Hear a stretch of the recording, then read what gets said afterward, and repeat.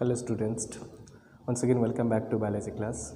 Dear student, in the previous class we have started with the new topic, that is the living world. So ಜೀವ ಜಗತ್ತು ಎಂಬ ಅಧ್ಯಯನವನ್ನು start ಮಾಡಿದ್ದೇವೆ. ಅದರಲ್ಲಿ what is living and non living, so ಎರಡನ್ನ ಡಿಫ್ರೆನ್ಸಸ್ನ ನಿಮ್ಗೆ ಗೊತ್ತಿದೆ. Define the living and non living ಅಂತ ಹೇಳಿದ್ದೀನಿ ಇಂದಿನ ತರಗತಿಯಲ್ಲಿ. Dear student, today in this session we will discuss what are the characters which differentiate the living to non-living things. So ಜೀವಂತ ಇರುವಂಥದ್ದು ಮತ್ತು ನಿರ್ಜೀವಿ ವಸ್ತು, ಜೀವಿ ಮತ್ತು ನಿರ್ಜೀವಿ ಅಂತ ಯಾಕೆ ಕರೆಯಲ್ಪಡ್ತೀವಿ ಅನ್ನೋದಕ್ಕೆ ಇಲ್ಲಿ ಇಂಪಾರ್ಟೆಂಟ್ ಆಗುತ್ತೆ. ಯಾವ್ಯಾವ ಕ್ಯಾರೆಕ್ಟರ್ನ ನೋಡಿದ್ರೆ they have 5 characters are there. First one is the growth, and the second one is the reproduction, and third one is the metabolism, the fourth one is the cellular organization, okay, and the fifth one is the consciousness. So ಈ 5 ಪ್ರಮುಖವಾದಂತಹ characters, ಈ 5 ಕ್ಯಾರೆಕ್ಟರ್ಸ್ನಲ್ಲಿ so in this session, so what are the possibly we are discuss the main 2 concept here. One is the growth, another one is the reproduction. So first of all, what is mean by growth? So ನಾವು ಹೇಳ್ಬೇಕಾದ್ರೆ simply ಬೆಳವಣಿಗೆ, grow ಅಂತ ಹೇಳ್ತೀವಿ, ಬೆಳವಣಿಗೆ, okay, ವೃದ್ಧಿ ಆಗೋದು. So growth and development is very important in an individual. So ಒಂದು ಆರ್ಗನಿಸಮ್ನಲ್ಲಿ ಒಂದು ಜೀವಿ ವಿಕಾಸತೆ ಹೊಂದಬೇಕಾದ್ರೆ ಬೆಳವಣಿಗೆ ಆಗಬೇಕು ಅಂತ ಹೇಳ್ತೀವಿ, ಅದಲ್ಲ growth and development. So grow ಅಂದರೆ ಬೆಳವಣಿಗೆ ಅಂತ ಹೇಳ್ತೀವಿ, ಅದು ಆದಮೇಲೆ ಅದು ವೃದ್ಧಿಸಬೇಕು, ಅಂದರೆ ಚೆನ್ನಾಗಿ ಅದು ಡೆವಲಪ್ ಆಗಬೇಕು, ಡೆವಲಪ್ಮೆಂಟ್, ಗ್ರೋತ್ ಆ್ಯಂಡ್ ಡೆವಲಪ್ಮೆಂಟ್ ಅಂತ ಹೇಳ್ತೀವಿ. Okay, the students, if you say that it is a living organism, they must show the growth. Okay, so that means it is a fundamental character of an living organism. One of the fundamental character ಅಂತ ಹೇಳ್ಬೋದು, ಅದು growth ಅನ್ನೋದು. So that's why I am written here, all living organisms grow. So all living organisms must show the growth. That means to increase their body mass as well as the cell numbers. So automatically ಏನಾಗುತ್ತೆ, ಇಲ್ಲಿ ಬಾಡಿಯ ಒಂದು wait ಅಂತ ಹೇಳ್ತೀವಿ, ಅದನ್ನು ಜಾಸ್ತಿ, body mass plus the number of cells, ಜೀವಿಗಳನ್ನು ಕೂಡ ಸಂಖ್ಯೆಯನ್ನು ಜಾಸ್ತಿ ಮಾಡೋದು. Okay, these are the character features. ಏನಿದು ಆಟೋಮೆಟಿಕಲಿ ಬಾಡಿ ಸೈಜ್ ಅಂದರೆ ಬಾಡಿ ಮಾಸ್ ಅಂತ ಹೇಳ್ತೀವಲ್ಲ, ಆ ಒಂದು ಎಲ್ಲ ಮಾಸು ಪ್ಲಸ್ ಒಂದು ಸೆಲ್, ಈ ಸೆಲ್ನ ನಂಬರ್ ಕೂಡ increase. It is on twin characters. Okay, ಅವಳಿ ಜೀವಳಿ ಅಂತ ಹೇಳ್ತೀವಲ್ಲ, ಆ ಒಂದು ಕ್ಯಾರೆಕ್ಟರ್ನ ಈ ಗ್ರೋತ್ನಲ್ಲಿ ಹೊಂದಿರುತ್ತೆ. Okay dear students, if you seen unicellular ಮತ್ತು ಮಲ್ಟಿಸೆಲ್ಯುಲರ್, ಏಕಕೋಶೀಯ ಮತ್ತು ಬಹುಕೋಶೀಯ ಜೀವಿಗಳಲ್ಲಿ ಕೂಡ ವಿ ಆರ್ ಸಿ ದ ಗ್ರೋತ್ನ ನಾವು ನೋಡೋಕ್ಕೆ ಸಾಧ್ಯ ಇದೆ. ಓಕೆ, ಸೊ ಇಲ್ಲಿ multicellular organisms, majority of the multicellular organism, so they show the growth by the cell division. So cell ಡಿವಿಷನ್ನಲ್ಲಿ ನೋಡೋಕ್ಕೆ ಸಾಧ್ಯ ಇದೆ. What about the in case of unicellular? So ಯೂನಿಸೆಲ್ಯುಲರಲ್ಲಿ ಕೂಡ they also show with the cell division. So ಇಲ್ಲಿ ಎರಡರಲ್ಲಿ ಅಂದರೆ both cases, multicellular organism ಮತ್ತು unicellular organism, they are showing with the cell division ಮುಖಾಂತರ ಇಲ್ಲಿ ಗ್ರೋತ್ನ ನೋಡಬಹುದು. Okay, in some of the animals, especially ನಾ comes to the higher animals ನಲ್ಲಿ, okay, the growth is on limited. So one of limited ಏಜ್ನಲ್ಲಿ ಗ್ರೋತ್ನ ನೋಡೋಕ್ಕೆ ಸಾಧ್ಯ. In case of plants, okay, the growth is continue to till their death. ಅಂದರೆ ಒಂದು ಇಲ್ಲಿರುವಂಥ ಬಹುಕೋಶೀಯ ಜೀವಿಗಳಲ್ಲಿ, ಓಕೆ, ಪ್ಲಾಂಟ್ಸ್ ಆ್ಯಂಡ್ ಎನಿಮಲ್ಸ್ನ ನೀವು ತೊಗೊಂಡ್ರೆ ಉದಾಹರಣೆಗೆ, ಸೊ ಇಲ್ಲಿ ಸಸ್ಯಗಳಲ್ಲಿ ಏನಾಗುತ್ತೆ, ಈ ಗ್ರೋತ್ ಅನ್ನೋದು ಆ ಒಂದು ಸಸ್ಯಗಳಲ್ಲಿ ಜೀವಿತಾವಧಿ up to the life, so ಅದರ ಜೀವಿತಾವಧಿ ಎಲ್ಲಿವರೆಗೂ ಇದೆಯೋ ಅಲ್ಲಿವರೆಗೂ ಕೂಡ ಅದು ಗ್ರೋತ್ನ ಹೊಂದ್ತಾ ಇರುತ್ತೆ. ಓಕೆ, ಆದರೆ ಪ್ರಾಣಿಗಳಲ್ಲಿ ಆಗಲ್ಲ. ಒಂದು ಸರ್ಟನ್ ಏಜ್ ಲಿಮಿಟೆಡ್ ಅಂತ ಹೇಳ್ತೀವಿ, ಒಂದು ಏಜ್ ಪೀರಿಯಡ್ ಅಂತ ಇರುತ್ತೆ, ಆ ಒಂದು ಪೀರಿಯಡಿಗೆ ಅದು ನಾವು ಸಪೋಸ್ ನಾವೇ ಎಕ್ಸಾಂಪಲ್ನ ತೊಗೋಬೋದು. ಓಕೆ, ನಮ್ಮದು ಅಪ್ಪಪ್ಪ ಬೆಳವಣಿಗೆ 23 ಅಥವಾ 24 the approximate age we will consider as an the growth of an individual ಅಂತ ಹೇಳ್ತೀವಿ. ಆಮೇಲೆ ನಮ್ಮಲ್ಲಿ ಗ್ರೋತ್ ಆಗಲ್ಲ, ಹೌದಿಲ್ಲ? ಸೊ ಅದಕ್ಕೆ ನಾವು ಬೆಸ್ಟ್ ಎಕ್ಸಾಂಪಲ್ ಕೊಡ್ಬೋದು. ನಾವು ಬೆಳವಣಿಗೆ ಜೊತೆಗೆ ವಿಕಾಸ ಅಂದರೆ ಡಿಫ್ರೆಂಟ್ ಸೊ ಸೆಲ್ಸಲ್ಲಿ ಅಥವಾ ಆರ್ಗನ್ಸ್ನಲ್ಲಿ ಎಲ್ಲ ಬೆಳವಣಿಗೆ ಆಗ್ತಾ ಇರ್ತದೆ, ಡೆವಲಪ್ಮೆಂಟ್ ಆಗ್ತಾ ಇರ್ತದೆ. ಸೊ ವೃದ್ಧಿ ಆಗ್ತಾ ಇರ್ತದೆ, ಚೆನ್ನಾಗಿ ಸಮೃದ್ಧಿನ ಹೊಂದ್ಕೊಂಡು ಅದು ಹೊಂದ್ತಾ ಇರ್ತದೆ. Okay, let us go for the so in uh some of the growth okay which takes place inside of an body ಆದಾಗ, ಸೊ ಅದಕ್ಕೆ ನಾವು ಇಂಟ್ಯೂಷನ್ಸನ್ ಅಥವಾ ಇಂಟರ್ನಲ್ ಗ್ರೋತ್ ಅಂತ ಹೇಳ್ತೀವಿ. ಇಂಟ್ರನ್ಸಿಕ್ ಗ್ರೋತ್ ಅಂತಲೂ ನಾವು ಕರಿತೀವಿ ಅದನ್ನು. ಸೊ ಅಂದರೆ the growth which takes place inside internal body ಅಂತ ಹೇಳ್ತೀವಿ. ಓಕೆ, ದಟ್ ಇಸ್ ಕಾಲ್ಡ್ ಇನ್ಸೆಪ್ಷನಿಸ್ಟ್. Okay, then if the growth is taking placed externally, or we see that by the accumulation of the surface so which is surrounding the so ಆಗಲಿ accumulation through ಆಗ್ತಾ ಇರ್ತದೆ. ಇದು ಇಲ್ಲಿ ಆಗುತ್ತೆ in case of the growth is taking place in the non living ನಿರ್ಜೀವಿ ವಸ್ತುಗಳಲ್ಲಿ. ಹೆಂಗೆ example ಕೊಡ್ತಾರೆ ಸರ್ ನಾನ್ ಲಿವಿಂಗ್ನಲ್ಲಿ? ಸೊ ಇಲ್ಲಿ non living in the sensed, so ಒಂದು you can say the example for mountains or sand moulds. So best example called creations. So ಇದನ್ನು external or extrinsic growth. ಇಲ್ಲಿ non living things ಕೂಡ grow ಆಗುತ್ತೆ. Suppose example ಹೇಳಬೇಕಾದ್ರೆ, so Himalayan ಮೌಂಟೇನ್ನ ತೊಗೊಂಡಾಗ ನೀವೊಂದು ಸಣ್ಣ ball ಮಾಡಿದ್ರೆ ಅಂತ ಅಂದರೆ ಐಸ್ ಬಾಲ್. ಸೊ ಮೇಲಿದ್ದ ಬಿಟ್ಟಾಗ, so when you drop that, so ಕೆಳಗಡೆ ಬರೋಪಡಿಗೆ ದೇ ವಿಲ್ ಆಟೋಮೆಟಿಕಲಿ ಏನಾಗುತ್ತೆ, ಅದರ ಮಾಸ್ ಬಾಡಿ ಮಾಸ್ ಇದು ಇನ್ಕ್ರೀಸ್ ಅಷ್ಟಾಗುತ್ತೆ. So automatically it is on obey the character feature of the growth, ಹೌದಿಲ್ಲ? ಅಂದರೆ ನಿರ್ಜೀವಿ ಅನ್ನೋ ಒಂದು ವಸ್ತುವನ್ನು ಮೇಲೆ ಬಿಟ್ಟರೆ ಆಟೋಮೆಟಿಕಲಿ ಸೈಜನ್ನು ಇನ್ಕ್ರೀಸಸ್ ಆಯಿತು. ಅದಕ್ಕೆ ನಾವು ಬೆಸ್ಟ್ ಎಕ್ಸಾಂಪಲ್ ಗ್ರೋತ್ನ ಬಳಸ್ಬೋದು. Okay, come to the next point.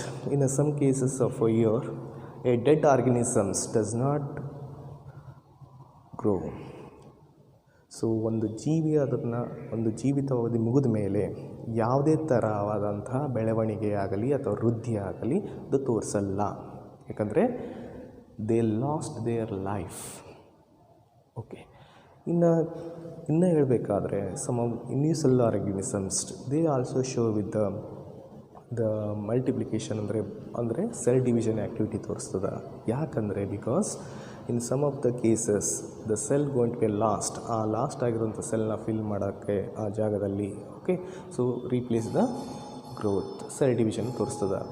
Okay, we can show this in a laboratory technique also. So ನಾವು ಒಂದು ಸೂಕ್ಷ್ಮದರ್ಶಕ ಅಂದರೆ ಮೈಕ್ರೋಸ್ಕೋಪ್ನ ಯುಟಿಲೈಸ್ ಮಾಡ್ಕೊಂಡು will show the some of the bacterial cell multiplication how they are happened in the division cell division activity ಅಂತ ನಾವು ತೋರಿಸ್ಬೋದು in case of unicellular organisms like bacteria is simple. Okay dear students, ಇದು ಬೆಳವಣಿಗೆ ಅಂತ ಹೇಳ್ತೀವಿ, growth ಅಂತ ಅಥವಾ ವೃದ್ಧಿ ಅಂತ ಹೇಳ್ತೀವಲ್ಲ, ಅದರ ಒಂದು character feature. That means here the growth showing the property of the fundamental character, but not it is a defining character of the living organisms. Okay, once again I repeat, the growth showing the fundamental property, not a defining property of an organism. ಹಾಗಾಗಿ ಇದನ್ನು ಗೊತ್ತಿರಲಿ, ಯಾವಾಗ fundamental ಕ್ಯಾರೆಕ್ಟರ್ನ ಇದು ಓವೇ ಮಾಡ್ತಾ, ಆದರೆ defining property ಅಂತ ನಾವು ಕರೆಯೋಕ್ಕಾಗಲ್ಲ. ಯಾಕಾಗಲ್ಲ ಅಂದರೆ ಇಲ್ಲಿ ಕೂಡ ನೆನಪಿರಲಿ, ನಾನ್ ಲಿವಿಂಗ್ನಲ್ಲಿ ಕೂಡ ಗ್ರೋತ್ ಇದೆ. ಸೊ ನಾನ್ ಲಿವಿಂಗ್ನಲ್ಲಿ ಗ್ರೋತ್ ಇಲ್ಲದಿದ್ದರೆ ಇದನ್ನು ನಾವು ಕೂಡ ಇನ್ನಂತಬೋದು ಡಿಫೈನಿಂಗ್ ಪ್ರಾಪರ್ಟಿ ಅನ್ಬೋದಿತ್ತು. ಓಕೆ, ಇದನ್ನು ನೆನಪಿಟ್ರಿ. Okay, come to the next concept dear student, that is reproduction. ಸಂತಾನ ಉತ್ಪತ್ತಿ ಅಂತ ಕೇಳ್ತೀವಿ. ಜೀವಿಗಳಲ್ಲಿ ಸಂತಾನ ಉತ್ಪತ್ತಿ ಆಗ್ತದ. ಓಕೆ, ಇದು ಯೂಶಲಿ ರೀಪ್ರೊಡಕ್ಷನ್ ಅಂತ reproduction is taking place. So ಇಲ್ಲಿ it is a biological process where which an organism give the birth to another organism which showing the similar of its kind. ಅಂದರೆ ಸಿಮಿಲರ್ ಆದಂಥ progenist of ಸ್ಪ್ರಿಂಗ್ಸನ್ನು ಅದು ತೋರಿಸ್ಬೇಕು. ಅದರದ್ದೇ ಆದ ಜೀವಿಗಳ similar ಆಗಿರುವಂಥ ಅದನ್ನು ತೋರಿಸ್ತೀವಿ. ಸಂತಾನೋತ್ಪತ್ತಿ ಯಾಕೆ ಬೇಕು? To continuity of their life. ಈ ಭೂಮಿ ಮೇಲೆ ಸಂತಾನೋತ್ಪತ್ತಿಗಳಂದರೆ ಆ ಒಂದು ಜನರೇಷನ್, ಒಂದು ಕಮ್ಯುನಿಟಿ ಅದು ಮುಂದುವರ್ಕ ಅಂತ ಹೋಗ್ತಾ ಇರ್ತದೆ, ಜನರೇಷನ್ ಟು ಜನರೇಷನ್. ಹಾಗಾಗಿ ರೀಪ್ರೊಡಕ್ಷನ್ ಅಂದರೆ that means living organism must show the reproduction. So automatically ಇದು ಕೂಡ ಏನಂತೆ it is also one of the fundamental characters of the living organism. Whether it show the defining property or not, let us just study all the things, then only we justify defining property or not. Okay, come to the next one. Here reproduction ಅಲ್ಲಿ okay ಸಂತಾನೋತ್ಪತ್ತಿ ಅಂತ ಹೇಳ್ತೀವಲ್ಲ, we have two types. Okay, ಎರಡು ಥರ ನಾವು ವಿಭಾಗವನ್ನು ಮಾಡ್ತೀವಿ, ಒಂದು ಸೆಕ್ಷುವಲ್ ಮತ್ತು ಅಸೆಕ್ಷುವಲ್. ಇದನ್ನು ಆಶುವಲ್ ಕೂಡ ಅಂತೀವಿ. ಸೆಕ್ಷುವಲಲ್ಲಿ ಲೈಂಗಿಕ, ಅಲೈಂಗಿಕ ಅಂತ ಕನ್ನಡದಲ್ಲಿ ಅಂತೀವಿ. ಸೆಕ್ಷುವಲ್ ಮತ್ತು ಸೆಕ್ಷುವಲ್ನ ನೆನಪಿರಲಿ. Sexual means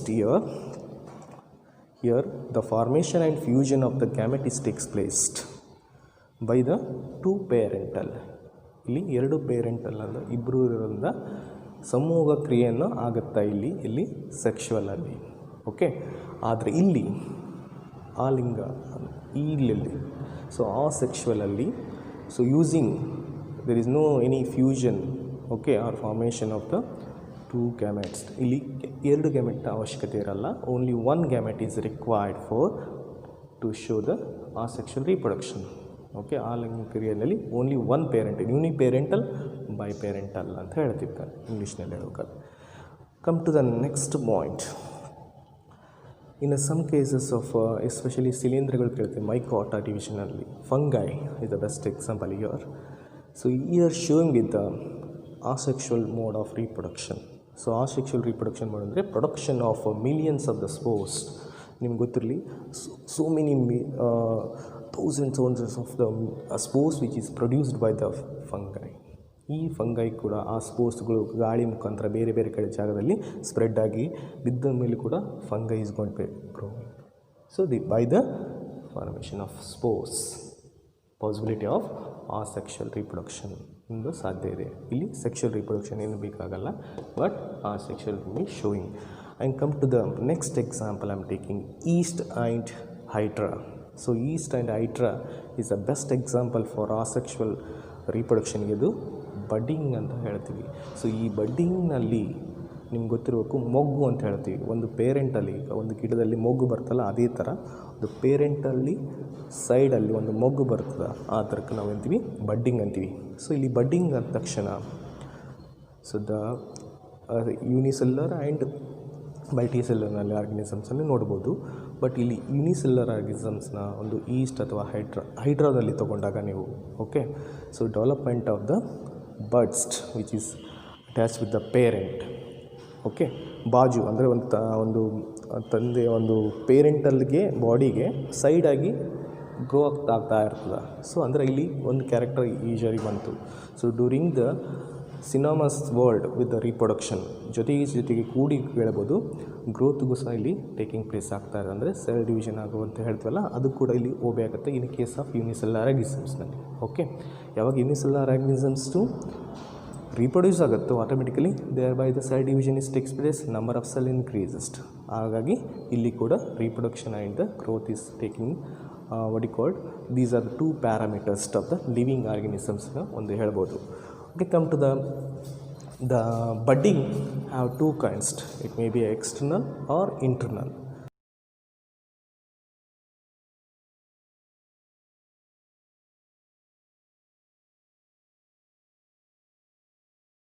Dear students, come to the next example here. Come to the planaria. Okay, planaria ನೀವು ಕೇಳಿರ್ತೀವಿ, ಜೀವಿ ಪ್ಲಾಟ್ಫಾರ್ಮ್ಸ್ ಅಂತ ಕೇಳಿರ್ತೀವಿ, ಪ್ಲಾಟ್ಫಾರ್ಮ್ಸ್ ಇದು. ಸೊ ಇಲ್ಲಿ it show the regeneration to regeneration power. ಅಂದರೆ ಈ ಪ್ರಾಣಿಯ ಅಥವಾ ಈ ಜೀವಿಯ ಒಂದು ಭಾಗವನ್ನು ನೀವು ಕಟ್ ಮಾಡಿಟ್ರೆ ಸೊ ಆ ಭಾಗದಿಂದ ತನ್ನ ಹೋಲ್ ಬಾಡಿನ ಡೆವಲಪ್ ಮಾಡೋಷ್ಟು ಕೆಪಾಸಿಟಿ ಇರುತ್ತೆ. ಅದಕ್ಕೆ ರೀಜನರೇಷನ್ ಪವರ್ ಅದು. ಪಿ ಅಂದರೆ ಒನ್ಸ್ಟ್ ಜನರೇಟೆಡ್ ಆಗೋದು, ಕಂಪ್ಲೀಟ್ಲಿ ಬಾಡಿ ಫಾರ್ಮೇಷನ್ ಆಗೋದು, ಅದಕ್ಕೆ planaria is the best example. Okay, so I'll come to the next one. ಇಲ್ಲಿ fragmentation, even some of the fungi ಶಿಲೀಂಧ್ರಗಳಲ್ಲಿ ಕೂಡ okay we are see this the fragment is takes placed. ಇಲ್ಲಿ fragment ಅಂದರೆ ಏನು? Fragment ಅಂದರೆ nothing but ಒಂದು ತುಣುಕು ಅಥವಾ ಒಂದು ಭಾಗ ಅಂತ ಹೇಳ್ತೀವಿ. ಓಕೆ, ಆ ಪೆರೆಂಟಲ್ ಭಾಗದಿಂದ ಸಪ್ರೇಟ್ ಆದಂಥ ಒಂದು ಭಾಗದಿಂದ but that will be develop into a new individual. So ಅದು ಕೂಡ example. So I am taking some of the filamentous algae. Okay, filamentous algae in the break ಆಗ್ತದೆ ಒಂದು ಆ ಅಲ್ಗಿಲಿಂದ ಪಾಚಿ ಅಂತ ಹೇಳ್ತಿಲ್ಲ, ಪಾಚಿ ಅಂತ ಅದ್ರ ಕೂಡ development can see some of the protonema of the mosses. ನೀವು lower especially to the algae and the bryophyte ಅಂತ ಓದ್ತಾರಲ್ಲ, ಅದರ ಮಧ್ಯದಲ್ಲಿರುವ ಮಾಸ್ನ ಓಕೆ ಕ್ಯಾರೆಕ್ಟರ್ಫೀಚರ್ ಆದ ಕಲ್ಕ fragmentation is taking place. Fragmentation is a kind of asexual reproduction. Okay, now come to the next point. Here this reproduction does not show in a non-living. So non-living ಥಿಂಗ್ಸ್ನಲ್ಲಿ ಯಾವುದೇ ಥರವಾದ reproduction ತೋರಿಸಲ್ಲ. So ಹಾಗಾಗಿ ನಾವು no non-living object show the reproduction. So that means it is does not show the capable of reproducing or itself self-replicating ಆಗ್ತಾ ಇರ್ತದೆ cells, ಅದು ಕೂಡ ಅದು ತೋರಿಸಲ್ಲ. Okay, but come to the in a multicellular organisms. I told ಇಲ್ಲಿ multicellular organism ಮತ್ತು ಯೂನಿಸೆಲ್ಯುಲರಲ್ಲಿ ಏನಾಗುತ್ತೆ, ಸೆಲ್ ಡಿವಿಷನ್ ಆಗುತ್ತೆ. Like in amoeba, okay, unicellular ಆಲ್ಗೆನಲ್ಲಿ ತೊಗೊಂಡಾಗ ದೇ ಹ್ಯಾವ್ ಡಿವೈಡ್ ಆಗ್ತಾ ಇರ್ತದೆ. ಸೆಲ್ನ multiplication mass of cells and cell number also increases. Okay, so in case of some of the multi-organisms, when you take the examples here, mules. So mules ಅಂದರೆ ಇಲ್ಲಿ ಹೇಸರಗತ್ತೆ ಅಂತ ಹೇಳ್ತೀವಿ. ಆ ಒಂದು ಮುಲ್ಸ್ನ ನೀವು ತೊಗೊಂಡಾಗ they also does not produce a reproduction. So ಅಲ್ಲಿ ಕೂಡ ಒಂದು ನೆನಪಿಟ್ಕರಿ. Then sterile worker bees. Sterile worker ಬೀಸನ್ನು ನೀವು ಹನಿ ಬೀಸ್ ಅಂತ ಕೇಳ್ತಾರಲ್ಲ, ಅದರಲ್ಲಿ different queen, workers, okay, drone, male drone ಅಂತ ಬರ್ತಾ ಅವೆಲ್ಲರಲ್ಲಿ especially a sterile worker bee does also not show the reproduction. And even also some of the human couples.